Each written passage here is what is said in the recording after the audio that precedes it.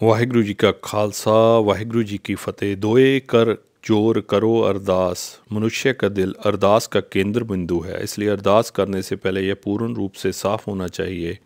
शुद्ध हृदय में प्रभु के लिए आदर में नम्रता का भाव होना चाहिए तथा इस चिंता से दूर कि दुनिया इस संबंध में हमें क्या समझेगी।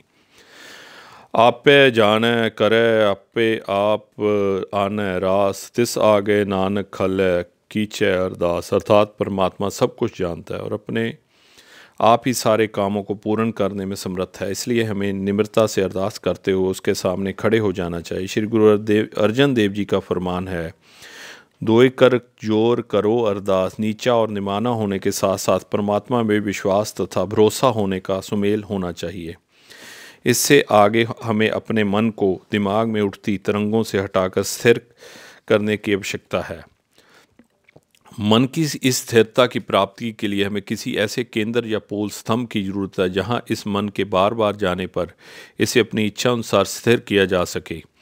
जब तक ऐसा कोई केंद्र बिंदु हमें नहीं मिलता तब तक एक श्रद्धालु स्थिर स्थिति में रहता है। जब वह अपने बाहरी संसार तथा उससे संबंधित वस्तुओं से अपना नाता तोड़ लेता है और एक नई दुनिया में कदम रखने के लिए इंतजार करता है तो उस समय उसके अचेतन मन की गहराइयों में दबे हुए विचार उसे घेर लेते हैं।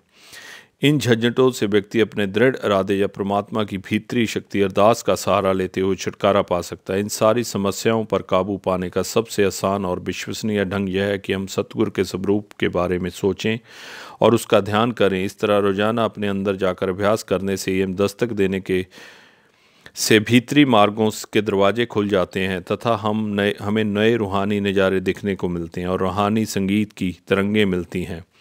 कभी कभी श्रद्धालु को अपनी अरदास का फल प्राप्त नहीं होता तो वह उसकी गुणवत्ता पर शक करने लग जाता है और वह परमात्मा से अलग रह जाता है तथा वह अपने आप को एक बड़ी अद्भुत स्थिरता में पाता है और अपनी ही तरंगों का एहसास करता है। कुछ लोग आंखों के पीछे अंधेरे में फंस जाते हैं तथा अगम में दाखिल नहीं हो सकते। अंधकार के ये भाग इतने कालमेमाई हैं, उलझन भरे और सुन्न हैं कि आदमी अपने आप को भटका हुआ महसूस करता है। इस सब के बावजूद वह बार बार कई ढंगों से मंतव्य पूर्ति के लिए कोशिश करता है लेकिन फिर फिसल जाता है।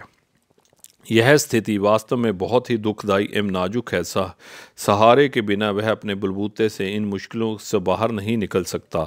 ऐसे भयंकर और डरावने माहौल में केवल सतगुरु का मार्गदर्शक ही लाभदायक हो सकता है। शक्ति भरे हाथ से ही कोई जीव भीतरी राहों में इन रुकावटों पर जीत प्राप्त कर सकता है।